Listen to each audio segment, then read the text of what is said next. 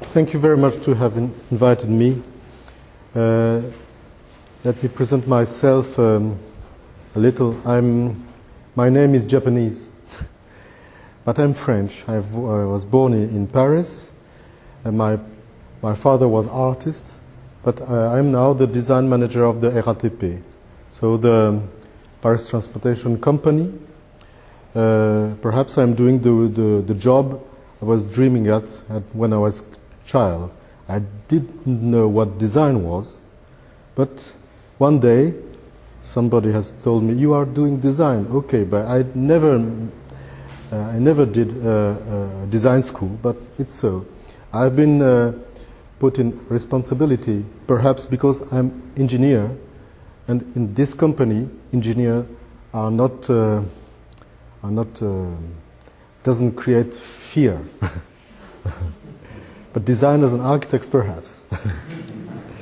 So I will present something which is completely coherent to what Tim explained, with other words and other pictures. I don't think it's a continental point of view, but you will think about that. Before my conclusions, and before focusing on interchanges design, I would like to speak about places design, transport environments design, because an interchange is, before being a crossing point, a place, a space, an urban place. And before speaking about that, I will explain a few pictures about the RATP design strategy, how we are completely engaged in a policy turned to feed the spaces concept with good programs. So about this strategy, I want first to say that we don't consider ourselves, sorry, because perhaps you have the documents, and if you follow me, I have jumped the first chapter, which is called Some Major Achievements, because it's not very linked to interchanges. So about our strategy, we don't say that we are a carrier. Perhaps the official brief we have received from the state and from the region is to be a carrier. But in reality, the public doesn't understand us as a carrier.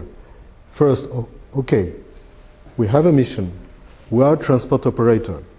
Metro, buses, trams, RER, so the regional metro. So 9.5 million trips per day. That's a mess. It's a very, very big factory in which we invite our customers to be. Passenger information about that is very, very interesting to do, but very difficult because we are now in a real-time society. Second mission, we are a public spaces manager. We have spaces because you will see it's not an additional function, it's a main function.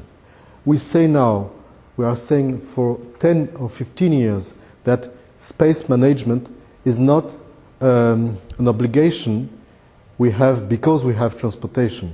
It's another job, and we have to be completely strong, powerful, and competent in this domain.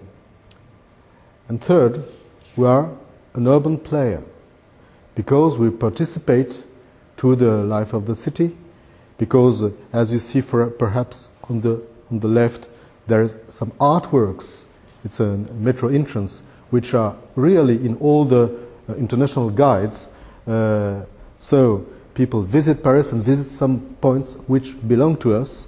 In the center you have the overground, our overground, which is architecturally very, very high level building, and the new tramway, which is part of the city. We don't know who inaugurated this tramway. Paris mayor or the RATP president? No, but both. So we have an extended symbolic mission. We are not only an operator for links from Porte de la Chapelle to Mairie d'Issy. You know these type of schemes very well in London, in all the cities. You have a link from up to down. You have places in the roundels, and in the roundels you have also the links between people. And we are also a social links manager, because people live together in our places, and we must be responsible and competent about that. So if we consider the customer point of view, he has feelings, he has understandings. I will compare the brand RATP to the brand Chanel. Everybody. With the brand RATP, you have perhaps 20% of the image which is built by communication, by our advertisement campaigns like this one, and 80% by customer experience. With Chanel, it's the contrary. 5% with customer experience, 95% with communication. So customer experience is very, very, very important. And where does customer experience takes place? In the transport, our transport environments. We say in French, espace de transport. So espace de transport was a very normal word 20 years ago. But now, when we say espace de transport, people begin to understand that it's something special. They are not so pleasant, you know, long corridors, stairs, vandalism, graffiti, promiscuity. So this is the daily life of our spaces, the place where the service is produced. And in this place, everyone lives in its own bubble. You know that very well, I think. It's very difficult to communicate to people who are in a bubble, but this is our job. So we have written a design objective to touch the person which is in each passenger, which sleeps in each passenger. A passenger, a voyageur, as we say in French, is somebody who voyage, who travels from one point to another. It's a functional definition, but the person, no, it's the body who is having feelings, understandings, emotions, and so on. So we want him to have emotional wake-ups with effects which can be shared. Of course, we are not Euro Disneyland, so we don't say, please laugh. No. If you want, you can appreciate where you are. But if somebody wants to stay in his bubble, let him do so. For example, the trash bin, which is on the right. I was already responsible for the design unit at that time. It was in '92. It was not called design unit, but it was like a team which was beginning design management work.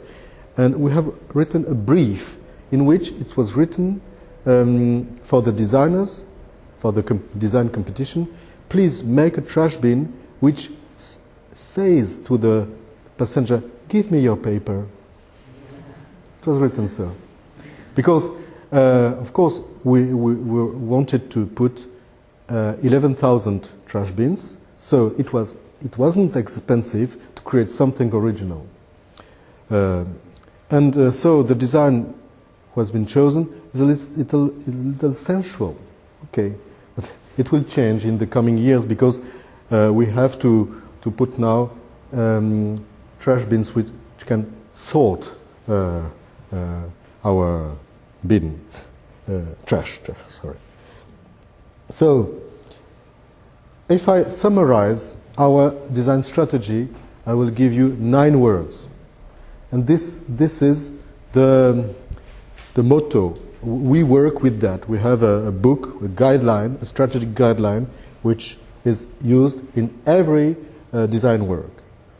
So, the RATP missions are to be a transport operator, as I was saying, a public space manager, an urban player.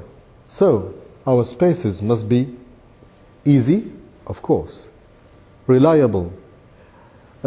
Reliable spaces, that doesn't mean that they function and so on, but they must also seem reliable. You have many very easy to use systems which in fact don't seem easy, don't seem reliable. Anticipating, that's to say that in all the big cities public transport is asked to give a message about the future, because people need hope in our cities. So, you know, perhaps the Bilbao Fosteritos, the Bilbao entrances, or the Canary Wharf entrance. These very ambitious elements are important to give confidence.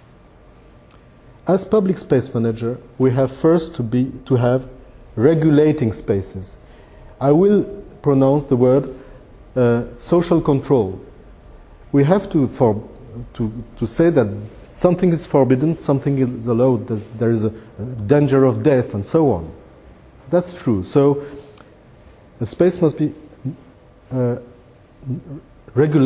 must regulate all the crowds and so on.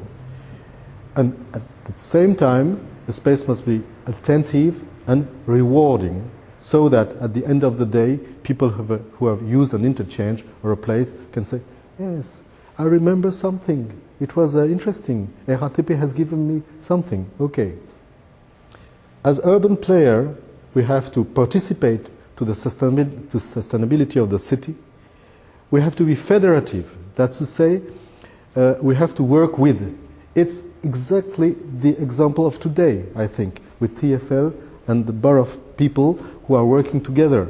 We must work. I was this morning with the Paris City people. It was not so pleasant because we were not on the same opinion, but we must propose solutions which can federate all the wills.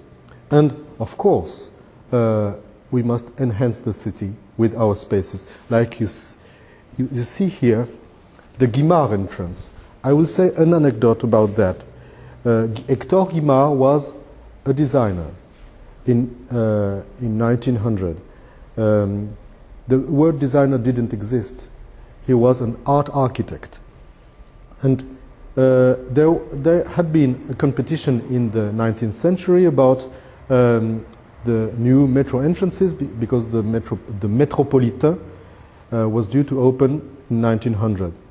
And the Paris Metro Company chairman, Mr. Bénard, decided that it was not, all the proposals were not at the level he wanted. So, and I will use a 21st century word, he made the casting of a trendy designer, Hector Guimard, and I go on. He gave him a communication brief, asking him to create some canopies, some entrances, which would express to the public at a time where there was no TV, no radio, no photographs in the newspapers. He was asking Guimard to create some elements which could be able to express modernity and realized utopia. So this was so modern. This was design management. And I think we work in RATP as the inheritance of Mr. Bénard, not from Guimard. So this is very interesting that now the Guimard entrances, which were detested, hated in the 30s, in the 40s. I have found books saying that these old things must be destroyed and so on. Now our historical monuments, they are classified, and they represent Paris in the world, not only the metro. So what about places? Transport environments are very special places. These are places where waiting is normal. You wait, you wait. Walking is compulsory. You walk, you climb stairs. There are many formatted behaviors, very special behaviors, which don't exist in other places than in transport environments. For example, in Paris. Perhaps you were surprised in Paris, because when you have tried to enter in the station with this type of barrier, you have a guy who wants to fraud, who touch you in the back. Oh, I will pass with you. And you admit that. Parisian people admit that. But in every other place, for example, in a bar, in a street, if somebody does that, you slap him. So it's a very special place where very special behaviors are admitted. Strange. There's no book about that, but public transport creates many very formatted behavior. And if you come from provincial regions, people coming from the south of France for the first time in Paris say, what are these persons? They're completely full, walking without saying bonjour to the others. So these are places. Difference between public spaces and transport places are that there are signs everywhere. Oral signs, visual signs, about time, about places. So everything is indicated, well or not, or badly, but they are indicated. So in peak hours you have promiscuity, crowds, emotionless faces, as I was saying. So these transport environments are places where some very special rituals, some very special rules exist. There are also new trends. So this is an old photography from 10 years ago. An old woman who was so it was comic. It was funny 10 years ago. It's completely normal now. But you can't drive when you phone. There is some limit in communication and in acting. I would say with a joke that each individual is in a space and in its e-space. The space is the city, the network, the place, the real place where you go, and the e-space is the word in which you communicate. And each individual is at the crossing of the space, which is shared by many, and its e-space, which is personal. So it's not so easy to manage, because I will show you a photograph taken in 2001 and not in 2006 as it's written. It's in Tokyo. At 11:30, everybody reading in eye mode on the phone. Everybody is plugged. Don't you think that when every individual is plugged, the metabolism of the crowd is changing, that we have the responsibility to manage other type of people? The human being is changing. So we must see that.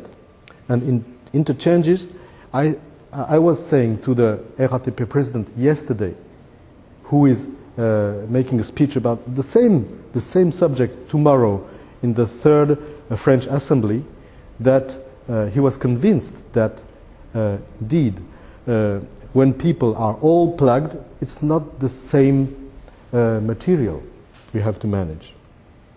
So, and this takes place in a real-time life, which is more and more and more presses. This is in Shinjuku in Tokyo. It's one of the biggest stations in the world, but everywhere you have the indication next metro in 2, 1. So, and when you don't see that, It's a rich civilization. So we say now that the spaces are three things. In French we say service, scène, support. 3S. In English it doesn't work. Spaces, a good space is a good service. A good space is better than a bad space. Okay, I will present good spaces after that. A space is a stage, because in our spaces, our personnel works and the passenger walk, so they see themselves in the space.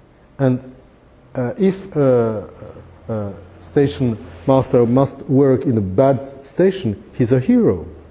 But it's very difficult. London, Paris, Berlin know that many places are old. And it's also media, because a good space announces a good transport service. So, about service, I will give some examples. The recently inaugurated T3 stations, the Ring Line in Paris, large platform, subtly designed shelter, colorful lighting, and the T3 line is not only a tram line, it's also a piece of city, a place where people want to hang on. You see that in the city, the cars are on the, but the grass is with the tramway. These completely refurbished avenues are really, as I was saying, a sign for tomorrow, a sign of hope. So there is much controversy about that, of course. Delanoë has an opposition about that. But everybody wants, the majority wants to continue, to go on. Another example, in our overground, I use now your word. There is a station called Barbès-Rochechouart in the north of Paris, which is a very special place. People are afraid to go there, some people, because there are many Arabs, Africans, and so on. But it's like Marseille, it's a very multicultural place, and we have completely renewed the interchange under the station, and with escalators, elevators, heritage-oriented refurbishment, artworks. It's now a place which is worth a sight, because it's not only a box or a volume, it can be seen. Third example, I would say one of the RATP specialties. We have new cultural places. For the Metro Centenary, we inaugurated 9 cultural stations. One of them, this one dedicated to sustainable development, is working well. You have 3 different projects there, and there it's the program which is now in the station dedicated to the Italo Calvino book, Our Invisible Cities. This is the example showing that a station can have a content, and the time can be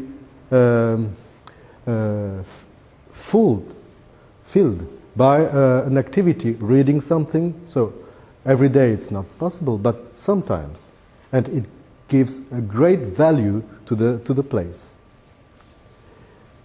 Okay, interchanges.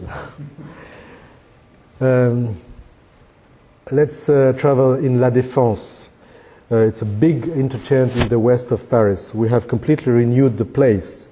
There's a main concourse, as you can see.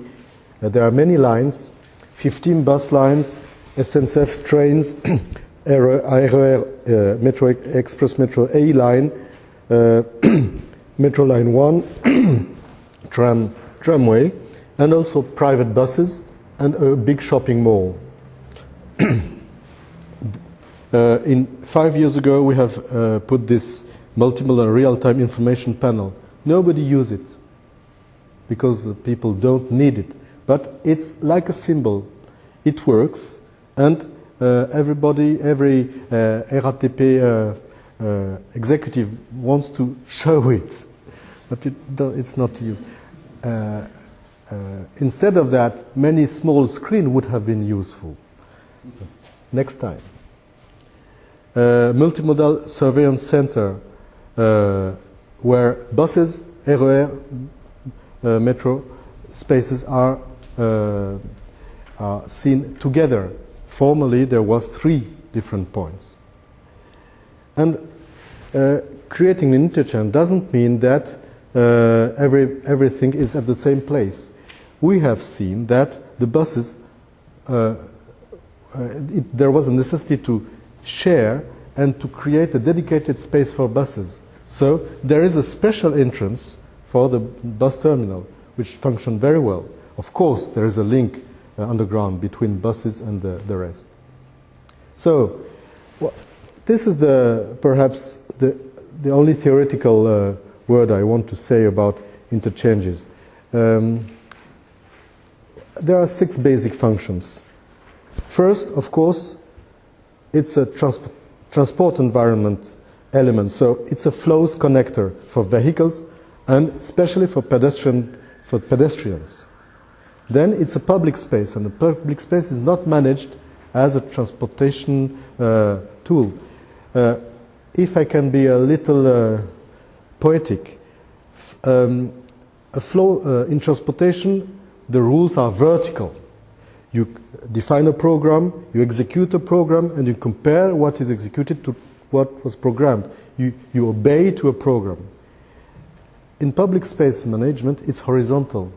There are many different people working for a place. They must meet, and they must make a compromise and decide together something. It's not the same culture. So, then an interchange is a place for services, for public services like retail and so on, and also internal services, as Tim was saying, places for workers of the company, for cleaning teams, for example. It's a landmark for the city, of course. It's an object, an architectural object with a shape. And underground places often don't have any shape. And it's an economic unit. So, flows connector, this is an example. A fantastic example. I think it's expensive, but fantastic one. In Madrid, the ring line of the metro has 4 bus intercambiadores, interchanges. A system of interground multimodal hubs. You see the levels. Way out, main lines, zone, commercial zone, interurban buses, metro, commercial zone, car park. And you see that it works very well. It's like I don't know any place except in the US where there is such a big underground place for buses. Osaka. This is not an underground transportation place, but you will see there is a link with the subject. It's a city, so you have the city map. You have 4 kilometers from here to there, and what is in color is completely underground. So you have a double city, okay? And it was so complicated that they invented a map, a simplified map. Number canton map significate number simple map. So you have the zones which are lettered, A, B, C, D, E, and you have all the exits which are written, B6, B7, B5, and so on. And you have this point, like a play, A13, A15, A1, it's written. So I've seen not so many people looking at these signs because people know, but for people who don't know, if you don't have that, you can't walk in that. And you see the scheme. The maps are oriented not north, up, but the direction of vision up. So when you are there, it's the back of this pillar. You see? So you have Japanese graphic designers are sometimes completely silly because they are extremists. But they create some system which could be copied, perhaps. Vauxhall, you know that. Public space. Not as I can't imagine, I can't comment that about a landmark because you know how Londoners have reacted or not. For me it's interesting because it's like an UFO which landed in South London and who has created artificially a space. The interior of Vauxhall Terminal is not the same that the external. So, public space. And landmark function, this chewing gum bus terminal in Hoofddorp in Amsterdam. I've seen it, this place, 2 weeks ago. It's now completely orange because it was completely covered with graffiti and has been repainted. But it's very strange because it's in a blurred landscape, there's nothing. There was nobody. So in services, we say, perhaps London Underground says that, or British rail companies say that, customers, it's like petrol. You put a derrick at a place and you earn money. And people are satisfied with having retail. The Omotesando station has been completely renewed in Tokyo. It was for technical reason there was space, empty space, and all the spaces have been filled with retail, with a French image because it is, they call that the Tokyo Champs-Élysées. But it's very, very interesting. Last example, as architectural object, you know perhaps this place, it is in Strasbourg. You have the same in Lyon, in Montpellier, in all the tram cities in France, an architectural event to mark the center point. So this is the crossing of the 4 tram lines. And I know a colleague from Strasbourg was saying, before the tram there was nothing. So there's a new centrality which is created by the transport and by the interchange function. The last element I want to say about interchanges, before my conclusion, which is made of 2 slides, is the fact that I think we have to be to see what's happening in the interchanges. Of course, they were made because you had to create connections between buses, metros, trains, and so on. So it was a traffic function, flows connector. Okay, but now it's a place for trade, B2C. Retail and so on. So this is common. But it's also a place for institutional trade, institutional exchanges. I would say B2B. In Japan or in Hong Kong, when you create a station, it's a real estate affair. It's not only transportation. You have, during decades,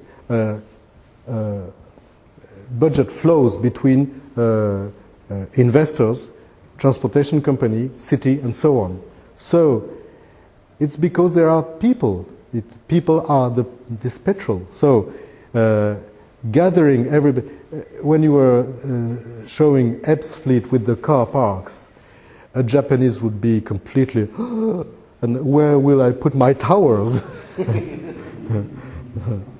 And what I want to say also now, you know what is called Web 2.0. We are making a joke in the RATP. We are saying that perhaps we are building Metro 2.0. We know that there are inter-individual exchanges which can be organized C2C. We have made a study. 60% of our customers make an encounter manage their meetings in the metro. let's get together on the platform also. 60%. So perhaps there is money to do with that. But I'm not only laughing. When you combine internet and real net, which is our network, in interchanges, I'm sure because transportation operators are responsible for real contacts, real exchanges, we can valorize, we can create a value with the fact that people meet themselves and that it's an exchange place. So my optimistic conclusions are that is that with all these disciplines, city planning and landscaping, architecture, design, public art and cultural actions, we can create better interchanges. It's possible. And the last conclusion I want to say is that we are preparing an outer ring line in Paris. Not in Paris, but in the